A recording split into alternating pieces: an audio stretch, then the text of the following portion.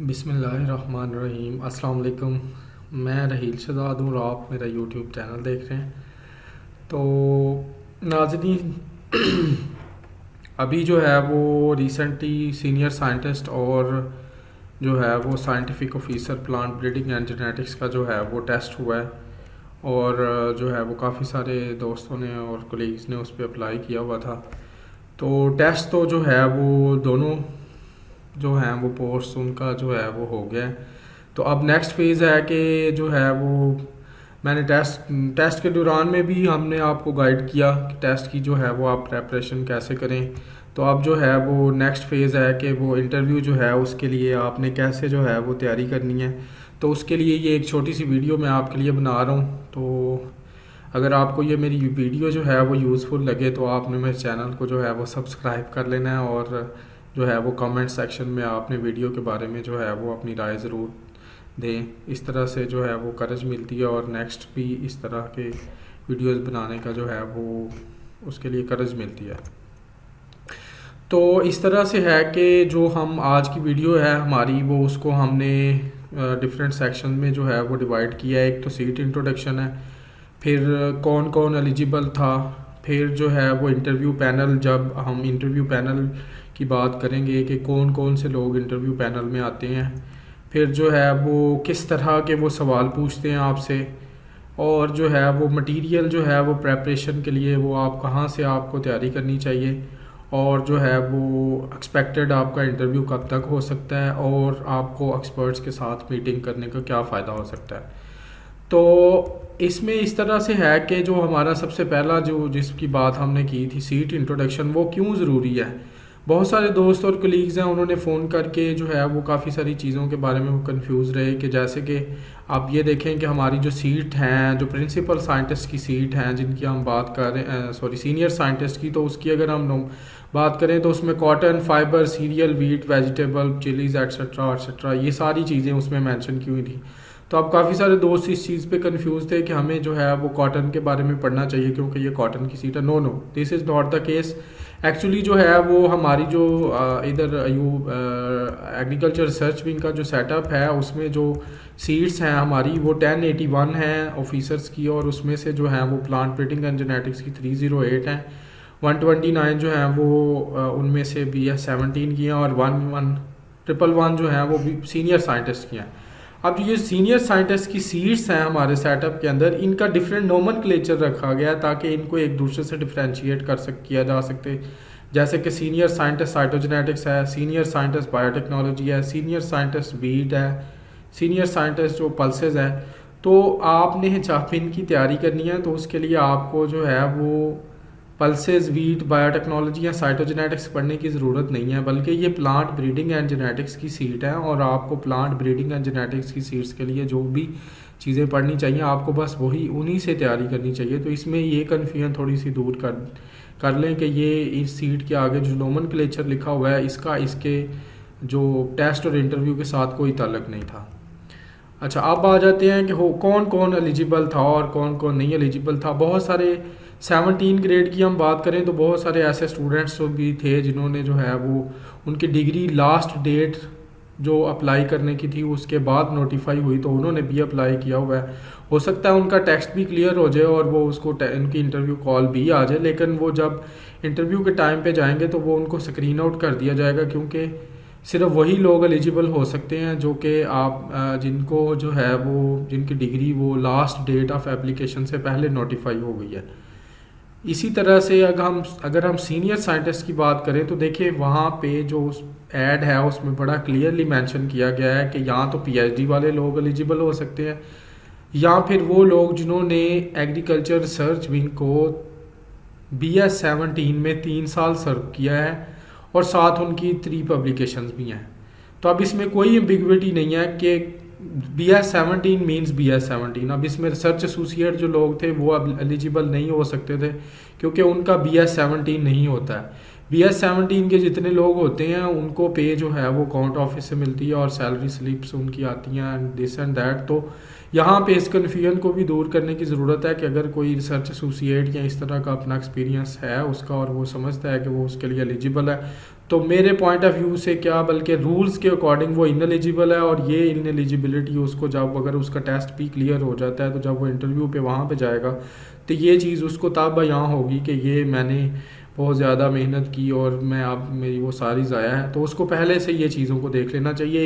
ये मैंने स्लाइड थोड़ी सी इसलिए रखी थी कि ये चीज़ें जो हैं इनको क्लियर कर लें और सिर्फ वही लोग इंटरव्यू की तैयारी करें जो कि इन चीज़ों को मद्देनज़र रखते हुए समझते हैं कि वो एलिजिबल हैं। अच्छा, फिर हम बात कर लेते हैं इंटरव्यू के पैनल की। तो देखिए, इंटरव्यू का जो पैनल होता है ना वो PPSC का, वो नॉर्मली उसमें 3 to 5 पर्सनस होते हैं और जो है वो उसमें से एक होता है PPSC का फोकल पर्सन और नॉर्मली जो इंटरव्यू कमेटी होती है आपकी उसका वो चेयरपर्सन होता है। दूसरा वहाँ पे जो आपको मिल सकता है वो साइकोलॉजिस्ट हो सकता है और ये नॉर्मली बाज़ औक़ात बैठता है और बाज़ औक़ात नहीं भी होता है, लेकिन ये साइकोलॉजिस्ट भी हो सकता है। और 3 लोग जो हैं वो सब्जेक्ट के होते हैं। जो आपके सब्जेक्ट के लोग हैं, जैसे कि अब ये अयूब रिसर्च की सीट्स हैं, तो एक जो हैं वो अयूब रिसर्च से सीनियर मोस्ट डायरेक्टर होंगे, कोई प्लांट ब्रीडिंग एंड जेनेटिक्स के, वो जो भी सीनियर्स होंगे उनमें से कोई एक होंगे। फिर जो है एक PPSC सब्जेक्ट एक्सपर्ट अपनी तरफ से कहीं से भी ले सकता है, वो यूनिवर्सिटी से ले सकता है, वो किसी रिटायर्ड प्रोफेसर को ले सकता है, या अयूब रिसर्च के अंदर से रिटायर्ड कोई DG या डायरेक्टर भी हो सकता है। और तीसरा जो है वो किसी यूनिवर्सिटी का कोई रिप्रेजेंटेटिव लाजमी होता है आपकी इंटरव्यू कमेटी के अंदर। तो इस तरह से मिल मिला के ये जो है वो इंटरव्यू आपकी जो कमेटी है वो उसमें 3 तरह के लोग होते हैं। जो PPSC का फोकल पर्सन है, देखें उसको आपके सब्जेक्ट का इतना नॉलेज नहीं हो सकता और वो नॉर्मली आपसे जो है वो इधर उधर की चीज़ें ही पूछेगा। तो मतलब जैसे जनरल नॉलेज है, करंट अफेयर्स हैं, आपकी हॉबीज़ पूछ के उनके अंदर से क्वेश्चंस पूछने लग जाएगा, लाइक दैट। जो है साइकोलॉजिस्ट वो आपसे क्वेश्चंस कोई नहीं करेगा और वो आपको ऑब्जर्व करेगा और वो जस्ट उसका पर्पज़ ये होगा कि आपने कोई साइकोलॉजिकल डिसऑर्डर तो नहीं है, आप कॉन्फिडेंस जल्दी तो नहीं लूज़ कर जाते, दिस एंड दैट। तो वो क्वेश्चंस जो हैं वो नॉर्मली नहीं करते हैं। फिर जो सब्जेक्ट के लोग हैं डेफिनेटली वो आपसे हर तरह के सवाल पूछेंगे सब्जेक्ट से रिलेटेड, वो आपके थीसिस से रिलेटेड पूछ सकते हैं, वो अपने आप के जो आर्टिकल्स हैं उनसे रिलेटेड पूछ सकते हैं। इसकी थोड़ी सी डिटेल जो है वो हम नेक्स्ट स्लाइड में देखते हैं जब हम आपको ये बताएंगे कि तैयारी कहाँ से करनी चाहिए। तो देखें, ये आपको जो है वो किन जगहों से कहाँ से मटेरियल जो है वो लेके उसकी तैयारी करनी चाहिए। तो उसमें देखें, ये प्लांट ब्रीडिंग एंड जेनेटिक्स की सीट है, तो इसके अंदर आपको प्लांट ब्रीडिंग डेफिनेटली आपकी अच्छी कमांड होनी चाहिए प्लांट ब्रीडिंग के ऊपर। और प्लांट ब्रीडिंग की अगर आपने अच्छी ग्रैब लेनी है तो उसके लिए आपको ब्रीडिंग फील्ड क्रॉप्स जो है वो पढ़नी पड़ेगी। उसमें आपको डिफरेंट क्रॉप्स के बारे में, उनके जो डिफरेंट इश्यूज़ हैं और फिर जो है वो उनके ऊपर कौन से डिफरेंट ब्रीडिंग मेथड यूज़ करते हैं, सेल्फ पोलिनेटेड क्रॉप्स के लिए कौन से ब्रीडिंग मेथड होते हैं, क्रॉस पोलिनेटेड क्रॉप्स के लिए जो है वो कौन से ब्रीडिंग मेथड होते हैं, किस क्रॉप का जो है वो सेल्फिंग और क्रॉसिंग का सेटअप कैसा है और फिर उस पर कौन सा ब्रीडिंग मेथड लगेगा। तो ये सारी चीज़ें, इस तरह के सारे क्वेश्चंस और उनके आंसर्स जो हैं वो आपको ब्रीडिंग फील्ड क्रॉप से ही मिलेंगे। तो ये आपने एक दफ़ा लाजमी पढ़नी है ब्रीडिंग फील्ड क्रॉप्स। और अगर आपने टेस्ट में ये चीज़ें नहीं भी पढ़ी हैं तो आपके लिए आप बहुत अच्छी अपॉर्चुनिटी है। एक तो आपका सारा नॉलेज रिफ़्रेश हो जाएगा, बाकी इंटरव्यू की आपकी बेस्ट तैयारी हो जाएगी। अच्छा, दूसरी बुक जो आप जो है वो पढ़ सकते हैं वो है आई जेनेटिक्स। आई जेनेटिक जो बुक है ये आपके जेनेटिक्स के जितने भी कॉन्सेप्ट्स हैं ये उसमें उनमें आपके लिए बहुत ज़्यादा यूज़फुल रहेगी। और ये आपको जो है वो जेनेटिक्स के तमाम कॉन्सेप्ट, जैसे कि डिफरेंट उसमें DNA के बारे में आपको पूछा जा सकता है, RNA के बारे में, फिर ट्रांसक्रिप्शन, ट्रांसलेशन और जो है वो क्रोमोसोम्स का जो है वो सेटअप कैसा है, डिफरेंट क्रॉप्स के बारे में, यानी जो भी जेनेटिक्स के आपके क्वेश्चंस आ सकते हैं। अगर आप आई जेनेटिक्स के चांद जो की चैप्टर्स हैं इसके अगर वो कॉन्टैक्ट्स में जाएंगे तो आपको डेफिनेटली वहाँ से आइडिया हो जाएगा। तो अगर आप उनको गो थ्रू कर लें तो जेनेटिक्स जो है वो आपकी यहाँ से क्लियर हो जाएंगी। एक चीज़ मद्देनज़र रखें कि जो इंटरव्यू है उसमें आपसे सवाल ईयर्स और इस तरह की चीज़ें बहुत कम पूछी जाती हैं, क्योंकि ये चीज़ें आप ऑलरेडी पेपर में करके आ चुके होते हैं। इंटरव्यू में ज़्यादातर आपको कॉन्सेप्ट्स रिलेटेड चीज़ें जो हैं वो पूछी जाती हैं, तो आपको तैयारी भी जो है वो उसी तरह से करनी चाहिए। फिर एक बुक है जो है वो इकोनॉमिक सर्वे ऑफ पाकिस्तान, उसमें उसका एक चैप्टर है एग्रीकल्चर, उसको आप बहुत अच्छे तरीके से जो है वो गो थ्रू करें और प्रीवियस ईयर और करंट ईयर की क्या सिचुएशन रही है आपने कंट्री के अंदर डिफरेंट क्रॉप्स की, तो उसके ऊपर जो है वो अच्छी ग्रैब लेने की ज़रूरत है, क्योंकि यहाँ से भी जो हैं वो काफ़ी सारे क्वेश्चन जो हैं वो आपसे पूछे जाते हैं। अच्छा, इंटरव्यू के स्टार्ट के अंदर जो है वो आपसे एक बड़ा कॉमन क्वेश्चन पूछा जाता है, इंट्रोड्यूस योर सेल्फ। नॉर्मली इसको इंग्लिश में ही आपको तैयार करना चाहिए और अच्छे तरीके से आपकी तैयारी होनी चाहिए। और सबसे ज़रूरी चीज़ जो आपको मद्देनज़र रखनी है वो ये रखनी है कि इंट्रोड्यूस योर सेल्फ में आपने वही चीज़ें बतानी हैं जो आपको बहुत अच्छे तरीके से पता है। क्योंकि जब फॉर एग्ज़ाम्पल आप स्पोर्ट्स की बात कर देते हैं कि मैं क्रिकेट में मुझे बहुत ज़्यादा दिलचस्पी है, तो फिर वो जो पीपीएससी का पैनल का जो पर्सन है वो उसको एक फील्ड मिल गया है जिसमें उसने आपसे बहुत ज़्यादा चीज़ें पूछ लेनी है। तो वही चीज़ बताएं जिसके ऊपर आपकी अच्छी ग्रैब है और जिसको जो है वो आप समझते हैं कि अच्छे तरीके से आप उसको क्वेश्चंस के आंसर दे देंगे, तो वही इंट्रोड्यूस योर सेल्फ में आपने बताना है। क्योंकि नॉर्मली जो इंटरव्यू स्टार्ट होता है वो आपका इंट्रोड्यूस योर सेल्फ वाले क्वेश्चन के अंदर से ही स्टार्ट होता है। नेक्स्ट है कि गवर्नमेंट पॉलिसीज़ जो हैं वो उसके ऊपर आपसे क्वेश्चंस हो सकते हैं डेफिनेटली।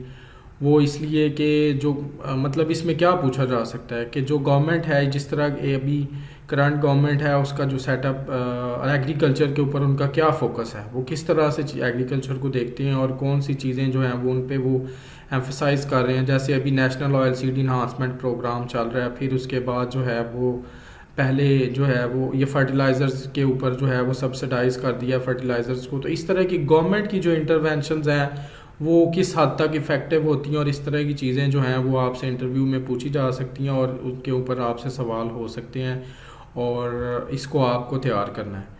फिर सडन रैंडम क्वेश्चंस आपसे हो जाते हैं बाज़ औक़ात, जैसे कि मुझे एक पीपीएससी के इंटरव्यू में ये क्वेश्चन पूछा गया कि आपका जो है वो वीड रस्ट पे काम है, तो आप ये बताएं कि इस कमरे के अंदर कौन सा कलर है जिसको आप कौन सा रस्ट की तरह का कलर है।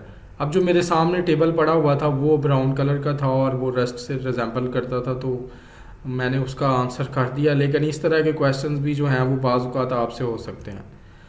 फिर जो है वो करंट अफेयर्स, ये जो पीपीएससी के आपके चेयरमैन होंगे, कमेटी के जो पर्सन मेंबर होंगे, उनके लिए ये बहुत ही फेवरेट टॉपिक होता है और वो इसी से चीज़ें जो हैं वो लेते हैं और वो आपसे फिर पूछते हैं। और फिर बाज़ औक़ात जो है वो चूँकि हमने तैयार नहीं की होती हैं तो हम अक्सर इधर ही पज़ल हो जाते हैं और फिर आगे जो अपने सब्जेक्ट के मेंबर्स होते हैं उनको वो हम अच्छे तरीके से जो है वो अपनी बात कन्वे नहीं कर पाते हैं, तो हमारा बैड इंप्रेशन जाता है। तो करंट अफेयर्स के ऊपर भी आपको चीज़ों का जो है वो पता होना चाहिए। दैन उसके बाद आफ्टरवर्ड जो है वो डिस्ट्रिक्ट नॉलेज, यानी कि आपसे एक क्वेश्चन होता है कि आप किस डिस्ट्रिक्ट से बिलोंग करते हैं। तो से फॉर एग्जांपल अगर आप सियालकोट से बिलोंग करते हैं, जैसे कि मैं सियालकोट से बिलोंग करता हूं, तो मुझे नेक्स्ट क्वेश्चन ये हो सकता है कि सियालकोट की सबसे मशहूर चीज़ बताएं, या फिर एग्रीकल्चर पॉइंट ऑफ व्यू से आप बताएं कि वहाँ पे कौन सी क्रॉप्स लगती हैं, वहाँ कौन सी कैनाल्स हैं, वहाँ पे से कोई रिवर गुजरता है जो है वो कौन सी कैनाल्स हैं और एग्रीकल्चर का सेटअप कौन सा है, हर कौन सी क्रॉप रोटेशन चलती है और इस तरह की चीज़ें। अब एक इंटरव्यू में जैसे कि मुझे बासमती के बारे में बासमती राइस के बारे में 5-6 क्वेश्चंस लगातार हो गए, तो इस तरह की चीज़ें भी आपसे जो हैं वो आपके डिस्ट्रिक्ट का जो नॉलेज है उसके ऊपर आपकी अब उसकी पॉपुलेशन कितनी है और वो जो है वो इस तरह की चीज़ें मतलब डिस्ट्रिक्ट के बारे में भी आपको पता होनी चाहिए। फिर जो कल्टीवेटेड क्रॉप्स हैं पाकिस्तान की, उनके बारे में तो जैसे अभी मैंने कहा कि इकोनॉमिक सर्वे आप पाकिस्तान से भी आप देख सकते हैं, तो वहाँ से चीज़ें आपको लेनी है और उनको आपने अच्छे तरीके से तैयार करना है। कल्टीवेटेड क्रॉप्स जो हैं ये इनके ऊपर आपसे क्वेश्चन जो है वो उनके बारे में लाजमी आएगा। फिर जो थीसिस है, यानी जिस क्रॉप पे आपने एमफिल या पीएचडी में रिसर्च की है और आपकी थीसिस आपका थीसिस है उस पर और फिर आपके पेपर्स भी हैं उस पर, तो उसको आपने बहुत अच्छे तरीके से तैयार करना है और जो आपके पेपर्स हैं उनको भी आपने अच्छे तरीके से तैयार करना है। कोशिश करें कि कोई ऐसा पेपर वहाँ पे ना आप रखें जिसका आपको वैसे ही आपने नाम डलवा लिया और आपको उसका पता नहीं है, या कोई ऐसी चीज़ जो कि आपने खुद नहीं की है, बस किसी को लीग ने आपका पेपर में नाम डाल दिया है। तो अगर आपको उसको अच्छे तरीके से नॉलेज नहीं है तो उसको अवॉइड करें वहाँ पर लेके जाने से आप। तो फिर जो है वो करंट वर्किंग, यानी फॉर एग्ज़ाम्पल मैं अभी एक बायोटेक्नोलॉजी रिसर्च इंस्टीट्यूट पे काम कर रहा हूँ, तो मुझे ये इसके बायोटेक्नोलॉजिकल पॉइंट ऑफ व्यू से जो है वो डिफरेंट क्वेश्चंस हो सकते हैं। जैसे मैं कहूँ कि मैं डीएनए फिंगरप्रिंटिंग पे काम कर रहा हूँ, तो वो मुझे डीएनए फिंगरप्रिंटिंग के ऊपर क्वेश्चन स्टार्ट कर देंगे। प्लांट ब्रीडर राइट्स पे क्वेश्चन स्टार्ट कर सकते हैं। तो जो है आप जो करंट वर्किंग कर रहे हैं उसके ऊपर से भी आपसे क्वेश्चन हो सकते हैं। तो फिर जो है वो इस्लामिक नॉलेज, लाजमी सी बात है कि इस्लामिक नॉलेज के ऊपर भी जो है वो आपको इस्लाम के रिलेटेड जो चीज़ें बेसिक चीज़ें हैं उनका आपको लाजमी पता होना चाहिए, क्योंकि उसके ऊपर से भी हमें सवाल लाजमी होते हैं। तो ये कुछ चीज़ें थी कि आपको जो है वो इंटरव्यू को कहाँ से प्रिपेयर करना चाहिए, और जो है वो उसके लिए क्या क्या चीज़ों को आपने जो है वो प्रेपरेशन के टाइम पे माइंड में रखना है। अब ये कुछ चीज़ें हैं, एक दो और चीज़ें भी हैं जो मैं आपसे डिस्कस करना चाह रहा हूँ। जैसे कि आपका इंटरव्यू जो है वो 7 to 8 वीक्स के अंदर जो है वो टाइम, जिस दिन आपका टेस्ट हो जाता है उसके 7 to 8 वीक्स के अंदर जो है वो आपका इंटरव्यू कंडक्ट हो जाता है। एक इसको आपने चीज़ मद्देनज़र रखना है। दूसरा जो सबसे इम्पॉर्टेंट पॉइंट जिसको मैं डिस्कस करना चाह रहा था यहाँ पे, वो ये है कि जो सब्जेक्ट के एक्सपर्ट्स हैं उनके साथ लाजमी मीटिंग करें। आप अपने इंटरव्यू की प्रेपरेशन के दौरान आप जो है वो जैसे कि जो हैं वो जो लोग पीपीएससी में इंटरव्यू लेने जाते रहते हैं उनसे आप कांटेक्ट करें, इस सब्जेक्ट के जिस सब्जेक्ट का आपने तैयारी करनी है उनसे कांटेक्ट करें, उनसे उनके साथ सेशन रख लें। और वो क्योंकि उससे आपको आइडिया हो जाता है कि इंटरव्यू के अंदर किस टाइप के क्वेश्चंस आते हैं, और जो है वो आपको उन क्वेश्चंस को कैसे हैंडल करना है, या क्वेश्चन पूछने वाला आपसे क्या एक्सपेक्ट कर रहा है। तो इस तरह की चीज़ें आपको तभी मिलेंगी आप जब वो जो एक्सपर्ट हैं उस फील्ड के उनके साथ आप सिटिंग करेंगे और उनके साथ आप डिस्कशन करेंगे, तो आपकी 50% तैयारी जो है वो वहाँ से हो जाती होती है। अच्छा, फिर जो है वो आपने जिस दिन इंटरव्यू के लिए जाना है तो कौन सी चीज़ें जो हैं वो आपकी बिलोंगिंग्स जो हैं वो आपको लाजमी लेके जानी चाहिए। उसमें आपके पास जो हैं वो एजुकेशनल सर्टिफिकेट्स हैं ओरिजिनल वाले, फिर CNIC आपका होना चाहिए, कॉल लेटर होना चाहिए, फिर वैक्सीनेशन सर्टिफिकेट, आजकल कोविड के दिनों में वो मास्क ये लाजमी हो चुके हैं तो उनको भी देखें। अगर आप जो हैं वो गवर्नमेंट एम्प्लॉई हैं तो आपको NOC भी आपका होना चाहिए।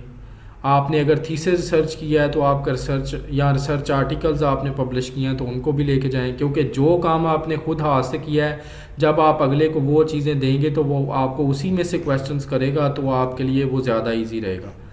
फिर उसके बाद है आप अपनी एक अच्छी सी CV भी बना के लेके जाएं लाजमी, और CV में वही चीज़ें मेंशन करें जो कि आप जिनके ऊपर आपकी अच्छी कमांड है।